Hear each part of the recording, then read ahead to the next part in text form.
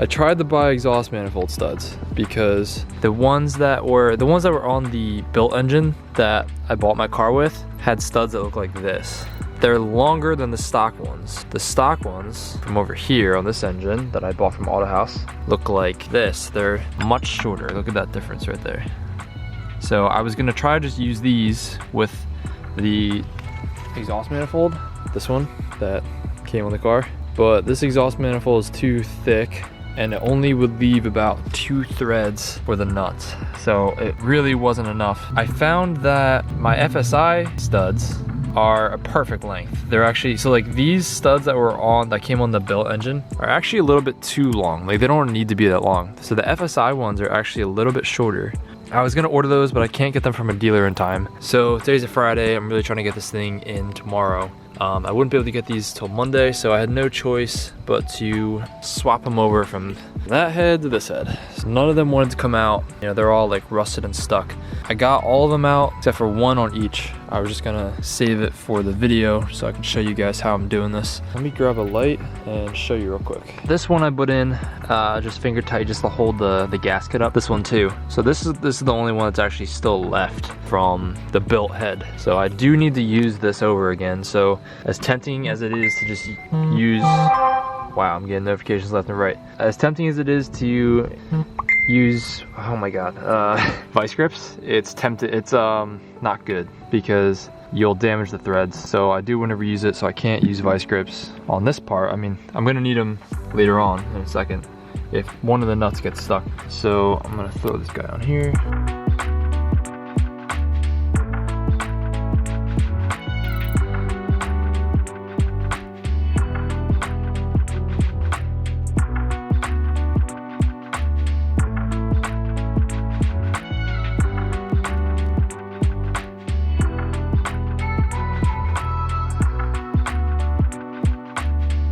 Just these last two, the stock ones I still need to do. This one actually gave me trouble earlier. I wasn't able to get it off. This nut doesn't even want to go on. But yeah, these are just the stock nuts. They're identical to like the stock FSI ones too. Yeah, it's not going on, I don't know why. Okay, I think there's just a little rough spot because it's kind of going past it. Nope. Slide the other one right there. So I gotta spin this one as I counter hold the other one. This guy can probably help me so I can do this one-handed, because now when I try to spin this, that's gonna hit that bolt and then it's gonna hold it there. Vice versa, I could do it this way too. So now I'll go to the back nut. There we go, sled moved that time, so we're good. Yeah, this one, the first time I was doing it, the nuts were just spinning and the stud was staying in there. It wasn't moving at all. So that's good. This one's coming out. I said that last one right there. And this one is stuck. So when they get stuck, you can use vice grips now. Vice grips need to be set up. So since this stud is never going to be reused, I don't really care about messing up the threads on this. So I can just chomp down on it anywhere. And then loosen it. This happened a couple times on the studs that I do need to reuse. So on those, there's this middle section where it's flat. It doesn't matter if you mess it up. Like, you can't really mess it up from a functionality standpoint because it doesn't serve a function really. I just chomped down on that middle section for the nuts that got stuck on these studs. And actually all these threads down here, like all these threads right here, are not even used because these threads up here go into the head. And then the manifold is so thick that the nut only goes down to like maybe right like there at the most. All right, I got every single stud off. Same thing with this side. This one's just holding on my gasket. I'm going to be reusing this gasket. That all looks fine. So I'm gonna throw this gasket over here and then start getting my studs in place. All right, so my battery died a while ago. It's now pretty late, so I'm trying to be kind of quiet out here. I didn't really get much done. The only thing I did was I took the damper off the crank over here. Now, that was a stock damper, and I'll show it to you. It's right here. It looks very different from the damper over here that was on the engine that I bought the car with. There's the part number for this one. I've heard that the TTRS crank damper is the one that you want because supposedly the stock one has issues above like 7,200 RPM where it just like throws the belt off, something like that. I need to look up this part number and see if this is the TTRS damper, because I mean this is very different. Then again, this may just be an early damper since the block is one of the early ones, like one of the 05, 06, 07, something like that. Yeah, maybe this was a stock damper from back then. It's the same part number. This is a newer revision since this says H. Now it says F. Yeah, so that kind of sucks. I was hoping this would be the TTRS one. Gotta add that to my list of things to buy. I guess I'll just throw this newer one on. I don't know, doesn't really matter. I didn't really do anything else. I went and got dinner from Chipotle, and I made a post on the 07K project Facebook group. If you guys are looking for 07K info, you should definitely join that group. So I'll show you real quick the post that I made. I made a post about pulling the whole entire oil pan versus just getting the lower pan welded for the oil drain line. So first guy says like, yeah, he used the lower pan, works fine. This guy also used the lower pan. This guy used the lower pan, driving for a year, no issues. This guy also used it. He just wanted to make sure that I'm using good lines. 10 AN fitting is really important, which I do. I have a nice AN fitting. This guy says he recommends using a 12 AN line to a quality 1/2" MBT adapter with smooth walls. Okay, this guy said he has the upper pan. It's in a similar spot to, I think, where the one is on the spare engine that I have. This is pretty reassuring, and now I'm really thinking about I'm gonna just do the lower pan. I'm not thinking about it, I am gonna do the lower pan. So about an hour and a half ago, I was about to just pull everything off. I was about to pull the upper pan off completely. I had my impact gun ready to go. It was about to be like past the noise curfew for the night, so I was about to just like go crazy taking everything off all at once in a matter of like 5 minutes. But I'm glad I didn't, because this post really solidified it for me, especially since it's only going to be ran for like 4 months. Worst case scenario is that like it may smoke at high RPM when oil pressure is high. No one said that in here. I'm just guessing that may be a situation. So yeah, if that's the case where it's leaking at high RPM, then I just won't drive it super hard. I mean, the car is not going to be making that much power anyway. Power isn't really the purpose of this. You know, the purpose is just to get the car running, be able to enjoy it for a while, test everything out, make sure I like how the suspension's set up, start working on the front mount intercooler, upgrading the radiator, some other easy stuff that I can do while the engine's in the car. It'll make me enjoy the power more. It'll help me appreciate the power if I drive it while it's somewhat slow for a little while. In the morning, I'm gonna call a couple shops and see who can get this pan in tomorrow to quickly weld it up. And once it's welded up, I should be able to, you know, get the engine in tomorrow, hopefully. Really, all I have to do, I mean, there's still a lot of stuff I have to do on the block. Get the damper back on, get the clutch on, get the trans on, transfer case. There's still a lot of stuff I gotta do. Probably gonna be it, because I'm just gonna clean up. I'll see you guys tomorrow.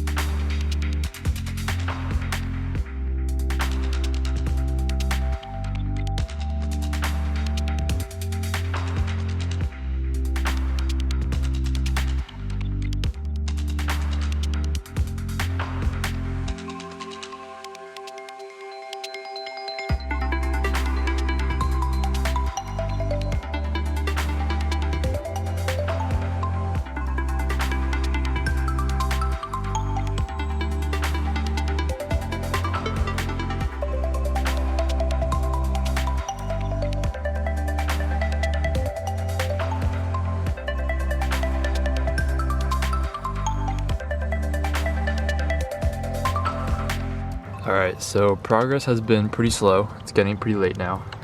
I had to search for the torque specs, which took me a long time. For the water pump, 25 Newton meters, so I got those, all 3 bolts in there.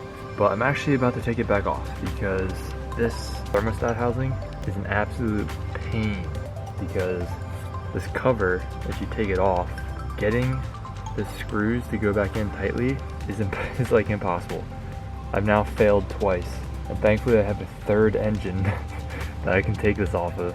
Basically this thing bolts in right here and right here to the block, and that's fine. I mean, it doesn't even seal to the block. It actually just goes right into here where the pump is. Alright, so figures my camera dies as I'm trying to explain that. It's kind of pissing me off, so I had to go get an ice cream. Make me feel better. Because apparently I'm 5 years old. So, where was I? This thermostat housing, it just goes right into here where the water pump is.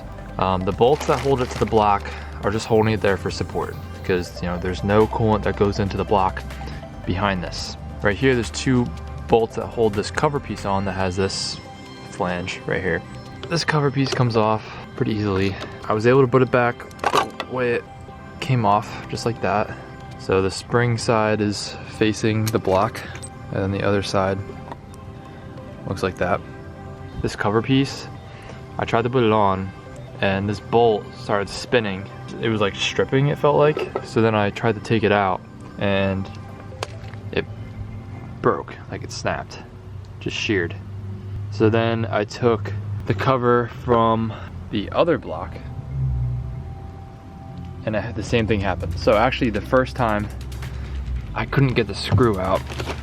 So this is the first one. So that screw right there on the left is broken in there, sheared right off. So then I grabbed this other cover, since I couldn't get the bolt out of that one, and that one sheared right off. So 2 of these sheared now. So thankfully I have 3 engines here, and the other one does have that thermostat housing on it. So this is the one that I got for cheap. Does have a housing right here. I'm not even going to bother taking it apart because I'm sure the same thing's gonna happen again. So I'll just take the entire housing off. When I did that before, I noticed that there was some like corrosion and dirtiness inside here, but I was kind of lazy. I just threw it right back in there anyway. So this time I'll just take the pump off. I'll take that off. I'll clean inside there, and then I'll take the entire housing from the other engine and throw it in there and put the pump back on. So then I can finally be done with this. I can finally put the hoses that come off of it. So I gotta take the plug from this one and put it right there, because this port right here goes to the oil cooler, the factory oil cooler. The oil cooler sits right here, the oil filter housing. So this coolant line will go right into the factory oil cooler right here. But since my car has an external oil cooler, that port doesn't do anything, so you just plug it right off. I'll see you guys when I'm all done with this stuff. I got the top bolt out, the bottom bolt out, wiggles around. That hose was already off. I got the bottom hose taken off for the oil cooler, like I was saying. So that hose is off. So there's really nothing in the way. And I got this bracket off right here. I put the screw back in place afterwards. So there's nothing holding it back from coming out. I'm shaking it like crazy. I even stuck a pry bar on there. A pry bar right there. And I was prying right here, pushing it that way. This thing won't budge. So I'm gonna try to take the oil pump off. Sorry, the water pump, and try to push it out. I don't know what else to do. Oh, as I was prying on it, I heard a small crack noise. So hopefully I didn't crack it in a spot that's gonna cause a leak now. So yeah, I'm just gonna take this thing off, see if I can push it out.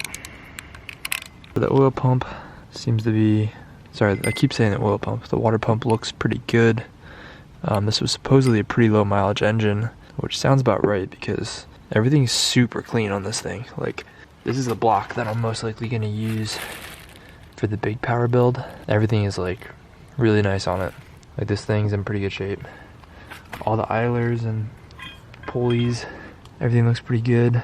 No like corrosion inside there that I can see. I mean, there's a little bit of dirtiness where the one of those hoses. The hard lines was like uncovered, but yeah. One of these guys may do it. These things are pretty big. Damn, that's almost perfect actually. What I would like to do is give this guy a nice smack with a hammer, but it is late, so I can't really do that. I mean, it is a Saturday night, but don't really want to be a dick. So I guess I'll wiggle it a little bit more, and then I'll try to quietly smack it a couple times if that doesn't work.